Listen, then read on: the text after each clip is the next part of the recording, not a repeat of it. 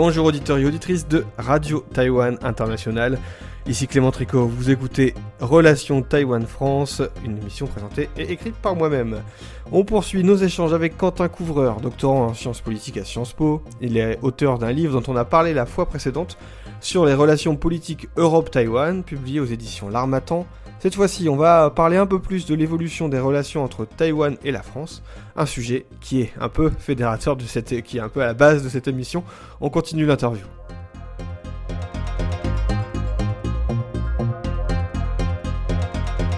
Bon bah parfait, la transition est toute trouvée pour parler un peu plus, on va dire, des relations du renforcement des relations bilatérales entre la France et Taïwan. Avant de préparer l'interview, vous m'avez partagé plusieurs articles, dont un qui s'appelle Taïwan, un partenaire important pour la France, le renforcement des relations bilatérales et ses limites en mai 2024. Donc il est sorti en mai 2024. Je sais pas si vous aviez vu, vous l'avez vu, mais je me souviens plus si c'est mentionné dans l'article. Après l'élection de Lai Ching-te, la diplomatie française avait fini par faire un message un petit peu tard par rapport aux autres pays européens, on va dire de félicitations, je sais plus dans quel terme exactement c'était formulé. Cet article, on va dire que les relations, vous parlez de renforcement des relations bilatérales entre la France et Taïwan. Qu'est-ce que ça veut dire ? Alors, il y a plusieurs choses, mais à mon avis, l'un des symptômes d'une certaine manière de ce renforcement, de ce rapprochement, c'est justement le message de félicitations que le ministère des Affaires étrangères... Il n'est pas arrivé tout de suite par rapport à d'autres pays européens ou d'autres représentants, mais il est arrivé quand même. Il n'est pas arrivé tout de suite. Dans les termes, il est très prudent, mais il y a du mieux comparé. Alors, je ne sais plus si c'est comparé aux élections de 2016 ou de 2020, il faudrait vérifier. Mais jusqu'à présent, la France, dans son message de félicitations, parlait de démocratie locale. Encore une fois, il faut bien souligner que Taïwan n'est pas un État indépendant, que Taïwan n'élit pas, en tout cas pas officiellement, un président. Donc, on préférait avant parler de démocratie locale, toujours pour ne pas fâcher la Chine. Et cette expression un peu quand même infamante de démocratie locale... Oui, qui est un petit peu réductrice quand même, quand on voit d'un point de vue taïwanais, ça fait un peu mal, effectivement. Tout à fait. Elle a été abandonnée en 2024. Alors, on ne félicite évidemment pas nommément le président Lai Ching-te, on félicite les élus de manière assez vague, mais on a abandonné ce terme de démocratie locale. Ce qui montre bien que dans la diplomatie déclaratoire de la France, même au niveau gouvernemental, on se permet des choses qu'on ne se permettait pas avant. Et donc, il y a un vrai changement à ce niveau-là. Il y a un rapprochement qui est donc, pour répondre plus directement à votre question, qui est politique, puisque on a vraiment une hausse des interactions entre les parlementaires français et taïwanais, mais également au niveau du gouvernement, puisque, encore une fois, en vertu de la politique d'une seule Chine, les membres du gouvernement français ne se rendent pas à Taïwan et, de manière générale, ne reçoivent pas officiellement leurs homologues taïwanais. Mais on a eu pour la première fois, il y a quelques mois, une rencontre entre un ministre taïwanais en visite en France et la ministre de l'économie, je crois que c'est Wang Meihua, si je ne me trompe pas. C'était avec la ministre française de l'enseignement supérieur. Ah, je me trompe alors. Qui a reçu son homologue taïwanais. Et ça, c'était une première. Donc à ce niveau-là, il y a un vrai rapprochement. Et puis au niveau économique, il y a aussi un renforcement des relations. Donc le commerce bilatéral aujourd'hui entre la France et Taïwan, c'est à peu près 7 milliards d'euros par an.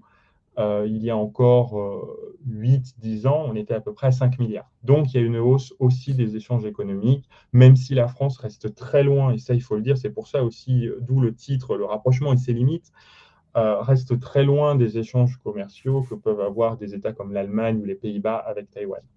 Oui, voilà, qu'est-ce qui freine un peu la France ? Parce que la France, je crois que dans les échanges, c'est quand même plus la France qui investit à Taïwan que l'inverse, si je ne me trompe pas. Bon, après, ça peut paraître un petit peu normal. Mais qu'est-ce qui freine la France par rapport à ses homologues européens ? C'est tout simplement le fait qu'elle ait déjà le regard tourné vers la Chine plus que vers Taïwan, historiquement ? Bon, sur les relations commerciales, économiques, je pense qu'il y a des raisons sont pas forcément uniquement liées à la Chine, hein. Alors, je ne suis pas spécialiste de ces questions, mais il y a aussi des raisons structurelles en termes de secteurs économiques concernés. Alors, il est vrai qu'il y a plus d'investissements français à Taïwan, même si peut-être que ça pourrait s'inverser avec l'investissement record qui a été annoncé il y a quelques mois par l'entreprise taïwanaise Prologium, donc une entreprise qui fabrique des batteries, qui va investir plus de 5 milliards d'euros dans le nord, donc à proximité de Dunkerque, pour construire une giga-usine de batteries, un investissement qui a été annoncé par le président de la République Emmanuel Macron. Donc ça, c'est pour les investissements, mais si on regarde le commerce bilatéral, en fait, le commerce est assez déséquilibré, mais en faveur de Taïwan. C'est-à-dire qu'en 2023, par exemple, la France avait presque 2 milliards d'euros de déficit commercial vis-à-vis de Taïwan. Donc on a des exportations qui sont des exportations taïwanaises à destination de la France qui sont à peu près de l'ordre de 5 milliards d'euros, quand les exportations françaises à destination de Taïwan sont plutôt de l'ordre de 3 milliards. Pourquoi? Tout simplement parce qu'on importe beaucoup de composants électroniques, d'appareils, de technologies et d'électronique de Taïwan. Vous savez qu'au-delà de la question des semi-conducteurs, Taïwan est un gros producteur d'électronique. Quand on pense à des entreprises comme Asus, par exemple, ou Acer, eh bien, c'est ça qui est le premier poste en fait, d'importation française depuis Taïwan. Et ça pèse lourdement dans la balance commerciale entre les deux pays. À l'inverse, alors la France envoie aussi de l'électronique à Taïwan, mais l'un des moteurs des exportations françaises à l'égard de Taïwan, c'est l'aéronautique, notamment Airbus, qui fournit qui a passé un certain nombre de commandes avec les grandes entreprises d'aviation taïwanaise et notamment la compagnie aérienne Eva Air. Et puis, puisqu'on parle de technologie, de commerce, etc., pour rebondir aussi sur ce que vous disiez avec la visite je crois que c'était fin 2022 de la ministre, le ministre taïwanais des sciences et des technologies, qui devait être à l'époque Wu Tsong-Tsang, Oui. quelque chose comme ça. C'est ça. Et du coup, on imagine aussi, enfin, ça peut-être que vous le sentez dans les études que vous faites dans vos centres de recherche. J'aime bien l'aborder un petit peu avec les chercheurs aussi sur l'Asie, sur la Chine et Taïwan. On a peut-être aussi une vague aussi d'intérêt croissant et grandissant au-delà des parlementaires, au-delà des économiques, mais aussi dans les milieux académiques, d'un intérêt pour Taïwan, parce que c'est peut-être plus difficile d'aller en Chine, et aussi parce que Taïwan peut-être s'améliore dans l'accueil, je sais pas moi, des chercheurs, ce genre de choses. Oui, totalement. Et je dirais même au-delà de l'intérêt académique, je parlerai des étudiants de manière générale. Alors, ça ne se traduit pas encore pour l'instant tout à fait sur les chiffres du nombre d'étudiants français à Taïwan, par exemple, mais parce que les chiffres ont 1 ou 2 ans de retard systématiquement et qu'on n'a pas encore tout à fait rattrapé la période du Covid.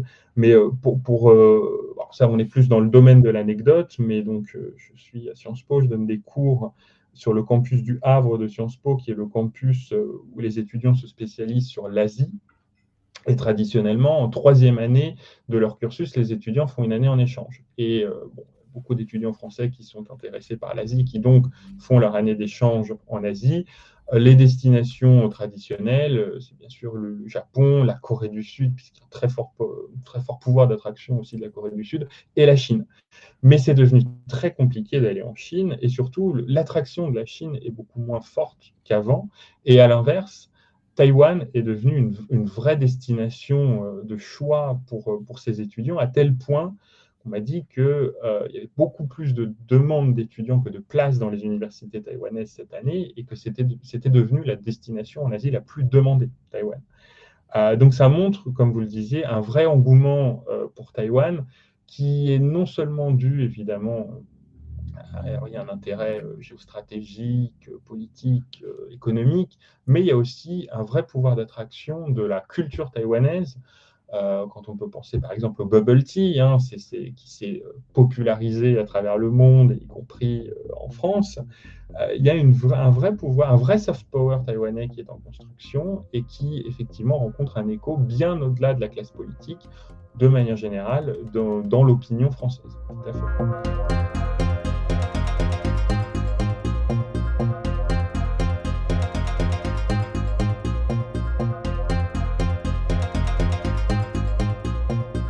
Merci auditeurs et auditrices d'avoir écouté cet échange avec Quentin Couvreur, doctorant en sciences politiques et auteur du livre Les relations politiques Europe-Taïwan aux éditions L'Harmattan. On continuera la prochaine fois l'entretien avec lui et on reviendra sur son parcours de chercheur et ses liens avec Taïwan. On va ouvrir un peu sur ce qui l'a amené à travailler sur le sujet taïwanais. C'était donc Clément Tréco, vous écoutiez RTF, abonnez-vous au podcast et d'ici à ce qu'on se retrouve, portez-vous bien.